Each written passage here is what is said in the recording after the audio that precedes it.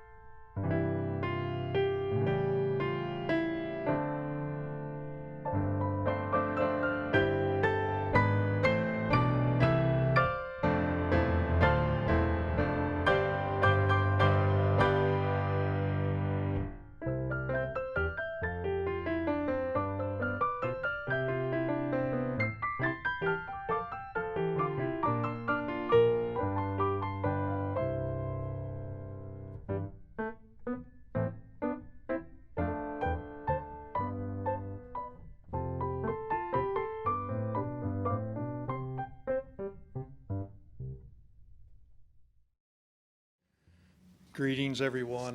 My name is John Sale. I'm chaplain at LaGrange, and it's so good to be with you today.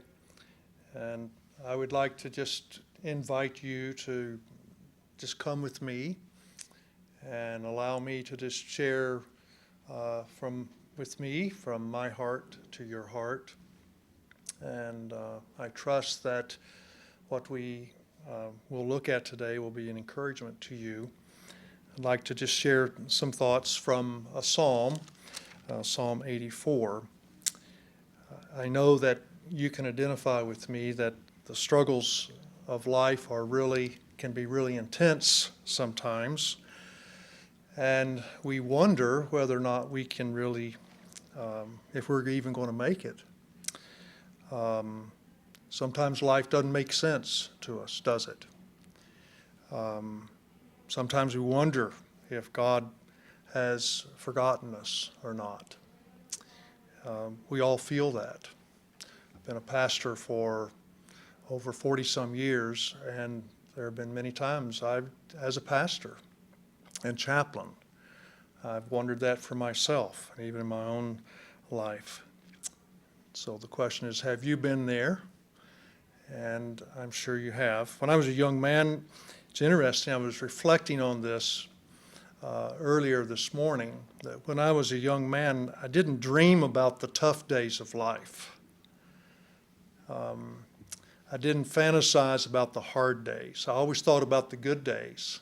I thought about the dreams of life, the successes and the places I would go and the person I would marry and if God willing, the family I would have and just what I would do in my life and ministry and career.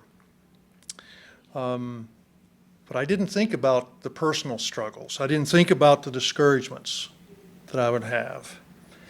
I didn't think about the challenges that I would face in ministry. Or I didn't dream about the fact that after I'd been in the ministry for 11 years, I took a little break to go back to seminary because I wanted to further my education. And with my wife, my 4 little girls, and while I was there at seminary over the Christmas break, I was working on a construction site, and I was thrown off of a machine that weighed 14,500 pounds. So that's a little over 7 tons. And the man who was driving the machine inadvertently ran over me. Ran over my left hand and just right across my pelvis. 7 tons. And in those moments, I have to be honest with you, I can't describe to you the pain, but in those moments, I assumed that I only had a few minutes to live. By God's mercy and kindness, He did spare my life. It's been some 30 years ago now. But I was in the hospital for 3 months. And even in that first initial surgery, no one expected me to live. The surgeons did not expect me to live. But only by the kind mercy of God did I survive multiple surgeries. It was a very, very challenging time.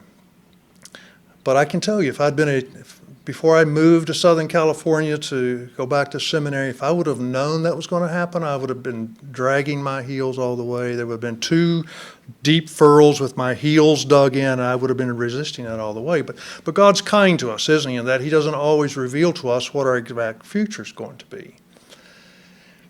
But what I discovered during that time, in a psalm that became so special to me during that time, was Psalm 84. And it's a psalm I just want to reflect with you for a few moments. Psalm 84 is a psalm written by the sons of Korah. They were priests. Their forefather had not been Korah, had not been an obedient man of God at all. In fact, he disobeyed God and fell under the judgment of God. And But the sons of Korah were men of God. It's an interesting thing. It's an encouragement when you understand that God's grace and mercy can reach in and touch us and rescue us from something that has not been good in our lives. And it had been that way the sons of Korah. This psalm is about their journey to their yearly pilgrimage to the temple in Jerusalem to go worship. It's a song about the grace of God. And it talks about their longing, how they long so desperately to be, as it says in verses 1 and 2, how lovely is your dwelling place, O Lord of hosts. My soul longs, yes, faints for the courts of the Lord. My heart and flesh sing for joy to the living God. Now notice what's going on in their hearts. They long, it says their souls even faint for it. They long to be in that place where they can be, as it were in the Old Testament days, in the very glory of God at the temple. And it says their soul longs for it. They faint for the courts of the Lord, longing for the presence of God, longing for the nearness of God, longing for just to be able to experience the tenderness of God. And so they're speaking about this in their journey. But if you go down further, you discover that the journey is not easy to get there, because it says this: blessed are those whose strength is in you, in whose heart are the highways to Zion. In other words, their hearts are set on getting to this place, but they're telling us they need strength. But then it says this is an interesting verse. It says, and they go through the valley of Baca. And you know what the word Baca means? The word Baca means tears. And so the sons of Korah, as they make their journey to Jerusalem, are saying that as they go through the valley of Baca, now whether that was a literal place or whether that was figurative speaking, I don't know. We don't know. But what it reveals is that their journey, their pilgrimage, involved going through the valley of tears. We all know about those valleys and those valley of tears. And whether it's in family relationships, whether it's in work relationships, whether it's in with illness, whether it's the unexpected like happened to me, whether it's something that we've been dreading and the news to come from the doctor. We all have the valley of tears. But listen to what these people of God said. That as they go through the valley of tears, they make it a place of springs. The early rain also covers it with pools. In other words, God turns their valley of tears, and in one translation it talks about into a fountain, to a fountain of life, a fountain of springs. Only God can take the valley of tears and turn it into a place of meaning and significance and trust, that we can know that our God is bigger than my valley. And so the psalm goes on to say, they go from strength to strength. Each one appears before God in Zion. Did you notice what it says there? They go from strength to strength. You know, I wish there was just one occasion where you could kneel before God and you could get everything you'd ever need for the rest of your life as far as it is with strength. But he says they go from strength to strength. God gives us grace just as we need it. Sometimes a day at a time, sometimes it's a moment at a time. So they went from strength to strength. God's grace, God's mercy provided for them, so that it says, and guess what it says? And each one of them appears before God in Zion. You know what? It just simply says they made it. They got there with God's strength and with God's help. There were days when I, in that hospital bed, I just didn't know if I could make it another day, another moment. But God would come and gave me what I needed. He still does it today. And He's here to do that for you today as well. Gracious Father, thank you for your strength. Thank you for your grace on this pilgrimage. Help us today, we pray. In Jesus' name we ask it. Amen.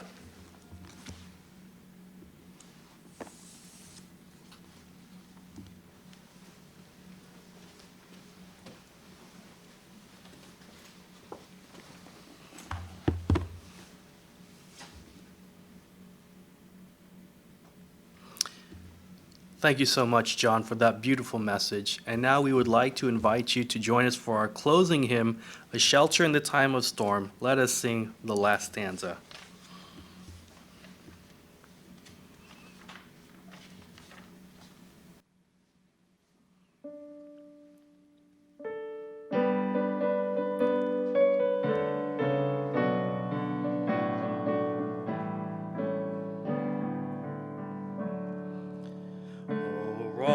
Divine, O refuge dear, a shelter in the time of storm.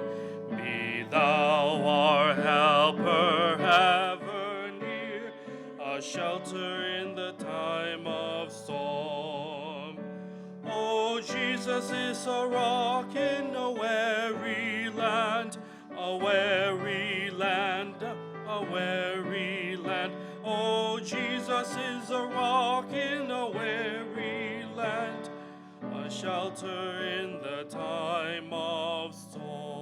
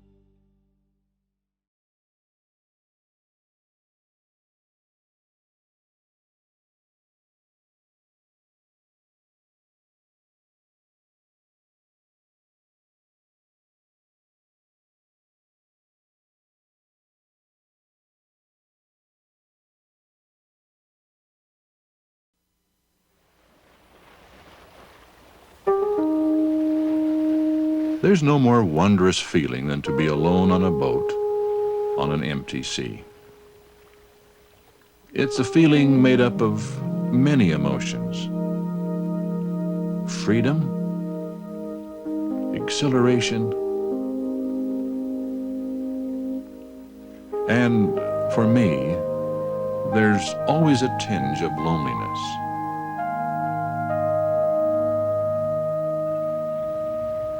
Being alone doesn't always produce loneliness. There are many who have found the secret of how to be happy when alone and isolated from those they love. Today, we're going to talk about loneliness. So join us as we go seaward.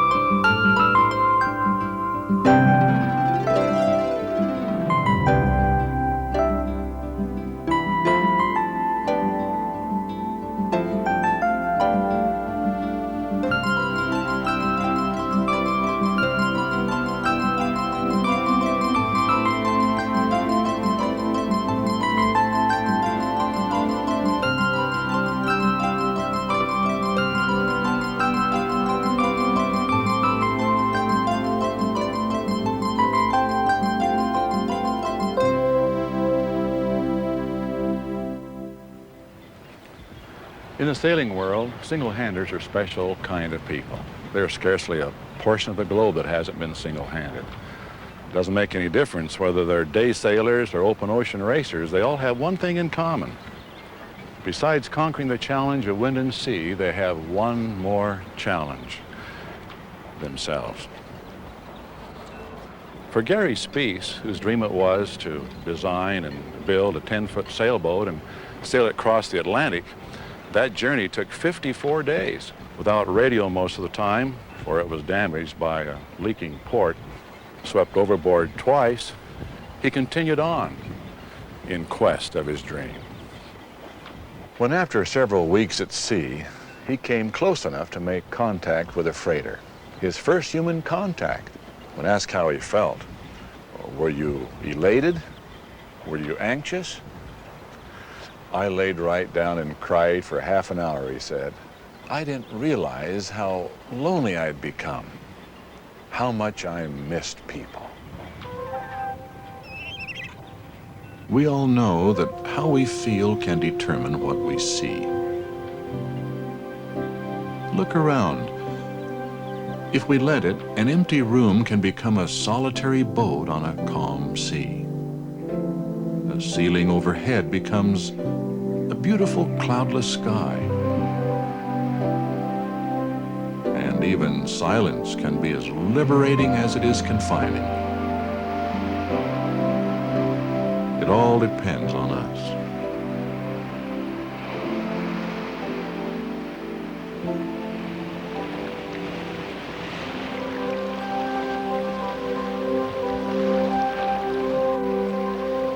There are two types of loneliness: situational loneliness and chronic loneliness. Situational loneliness is when a person has lost his loved one, or when he's been separated from his family and friends, perhaps by physical deformity, loss of a faculty like hearing or sight. Don't fight it. Reach out and find a new friend. The second is chronic loneliness. That's when a person has been detached from his friends completely. It's a vicious circle, and the cycle must be broken. Reach out and share a little of yourself. Very, very important. Remember, the more you give of yourself, the more you'll receive. And remember the one who said, I am with you always, even unto the end of the world.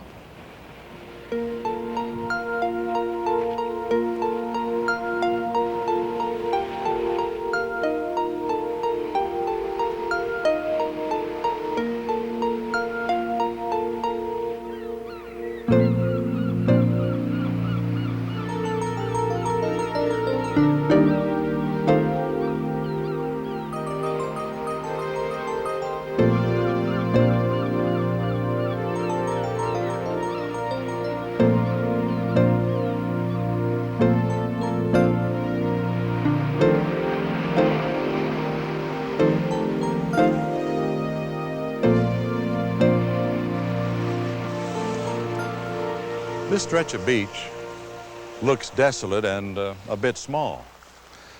But for 30 long years, a very colorful hermit lived here. His name was Frenchy Ledreau. This cove still bears his name, Frenchy's Cove on Anacapa Island. Befriended by the hardy fishermen who lived in these islands, Frenchy eked out a living by trading and salvaging. The life he lived was exactly to his own specifications.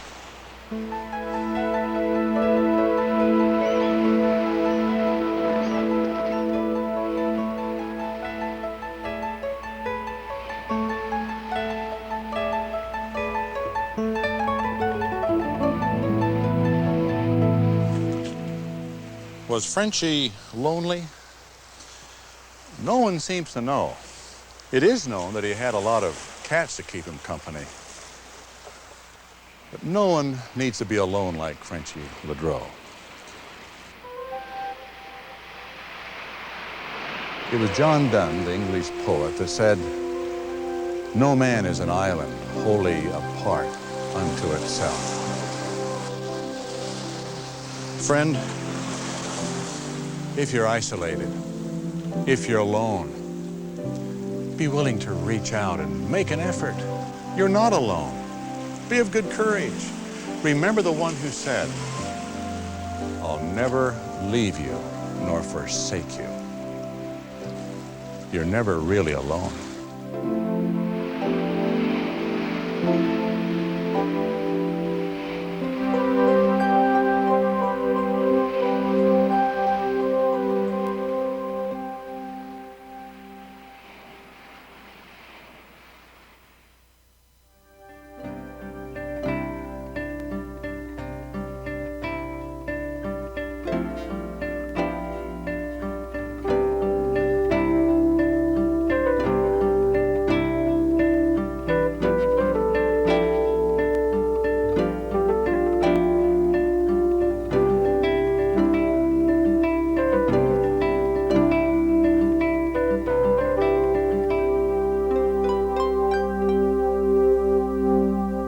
They that go down to the sea in ships, that do business in great waters, they will see the works of the Lord and his wonders in the deep.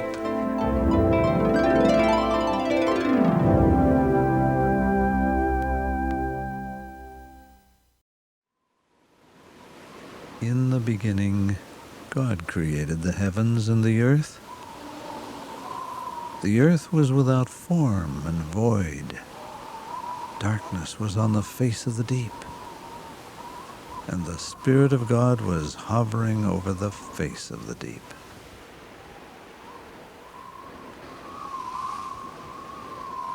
Then God said, "Let there be light."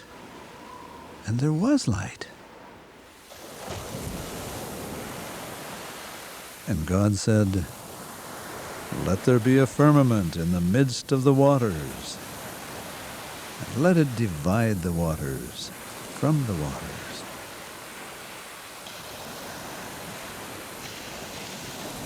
God said, "Let the waters under the heavens be gathered together into one place, and let the dry land appear."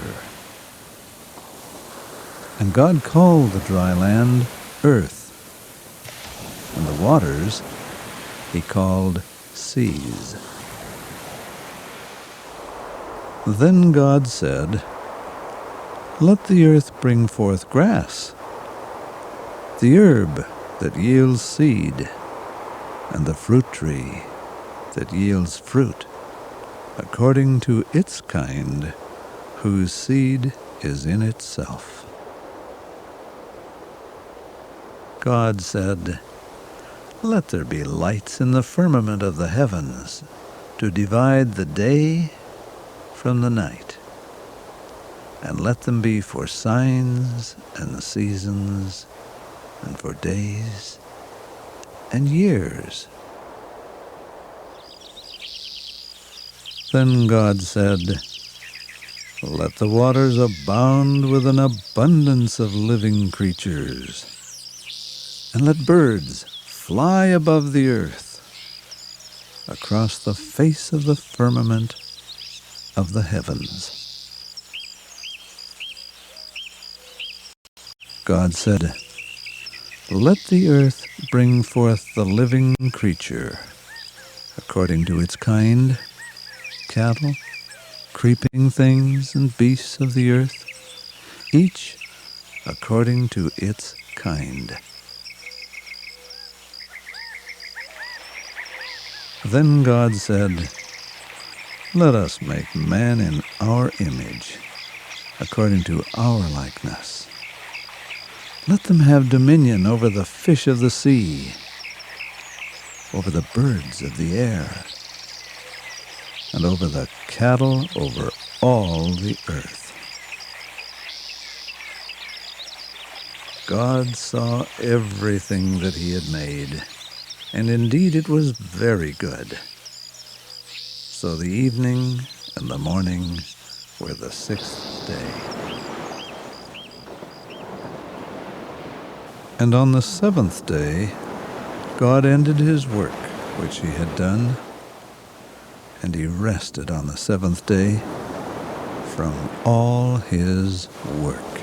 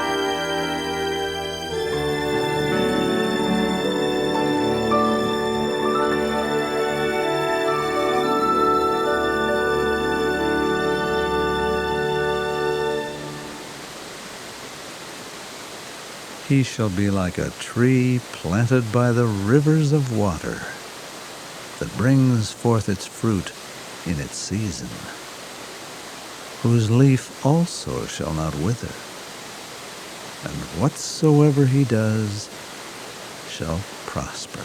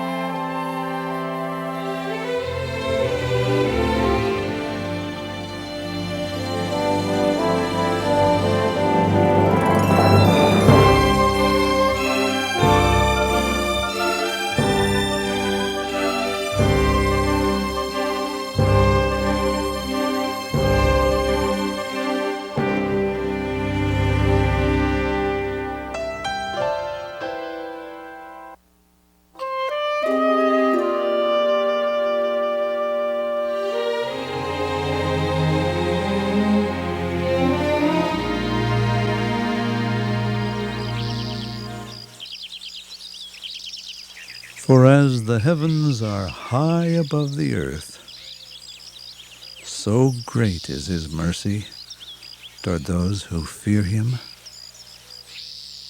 As far as the east is from the west, so far has he removed our transgressions from us.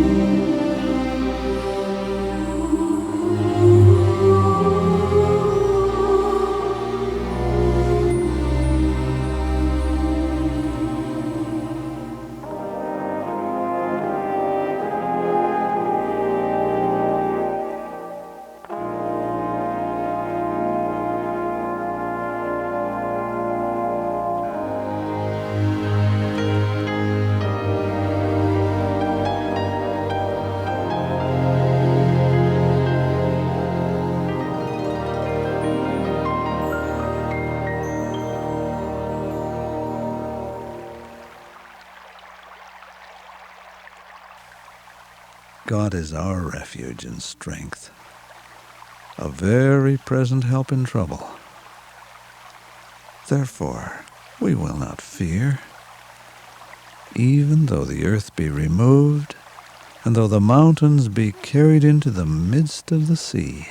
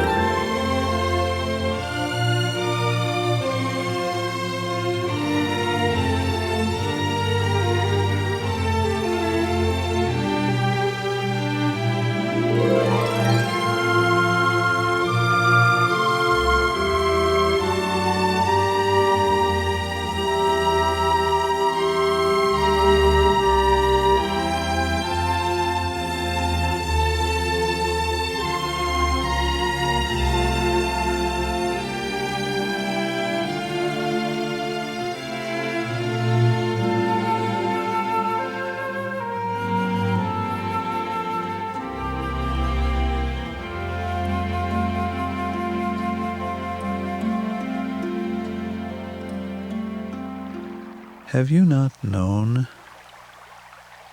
Have you not heard the everlasting God, the Lord, the Creator of the ends of the earth? Neither faints nor is weary. His understanding is unsearchable.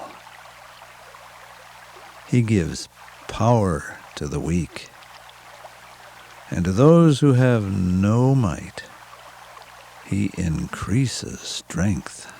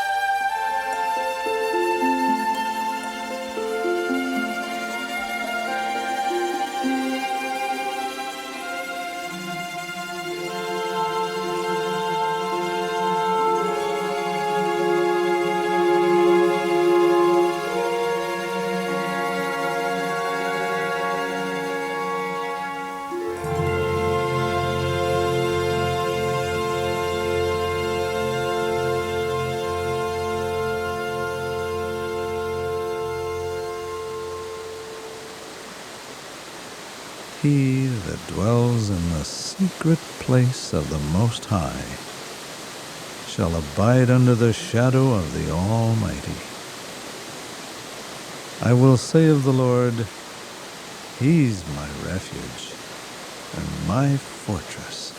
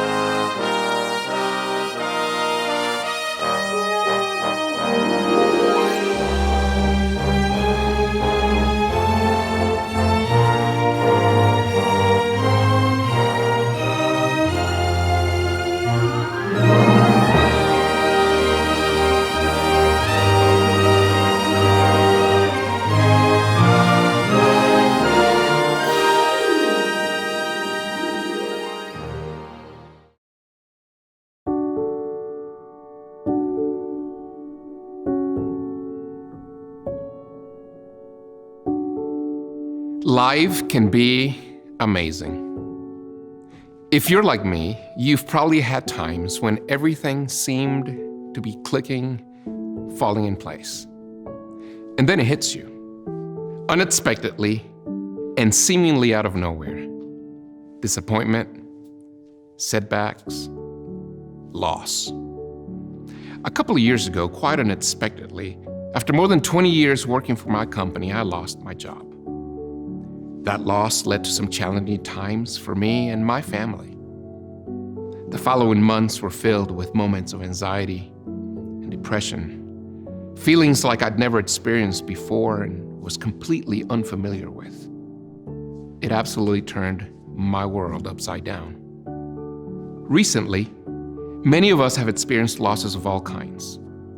Lost dreams, relationships, income, and maybe even the loss of a loved one. There's this moment in the life of Jesus where he experienced this tremendous loss.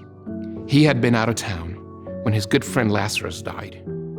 When he arrived back in town, Lazarus' sister Mary runs up to Jesus, and oh boy, was she not happy. I can imagine her poking Jesus in the chest, arms going everywhere, screaming, saying, "If you had been here, this would not have happened. If you had been here, healing would have taken place. The interview would have gone well. The door would have been opened. The family would have stayed together. But you were not here, were you, Jesus?" And as if he knows there are no words, no cliches, prayers, solutions, or excuses that he can possibly give someone who experienced tremendous loss that will bring the answers they're looking for. So in that moment, when perhaps you don't feel the presence of God, when you don't seem to hear his voice, maybe, just maybe, it's because he's standing by your side, weeping with you. Jesus doesn't minimize Mary's suffering. Actually, he validates it. He teaches her that it's okay not to be okay. Here's some practical tips that might help you. Don't minimize your loss. Name it. Let's face it, we don't like loss, so the natural reaction for many of us is to try and ignore our pain. And so we end up pretending that it didn't happen, if only to make ourselves feel better. However, one of the best things that we can do is to acknowledge it without minimizing it. Move on with your loss. Realize loss is part of your journey now. Don't try to get over your loss. Instead, learn to move on with your loss, with your pain, and with your grief. Look for something new. There's always learning in situations. Look for those new opportunities that sometimes only loss brings. And finally, make it a gift. Turn your brokenness into a gift for someone else. Yes, this loss that you went through, you wouldn't wish it on anybody else. Allow your pain to be a healing agent for others. You know, King David knew a thing or two about pain. He writes in Psalm 34:18, he says this, "The Lord is close to the brokenhearted and saves those who are crushed in spirit." When you face unexpected challenges, look to God. He will illuminate the darkness and help you move forward.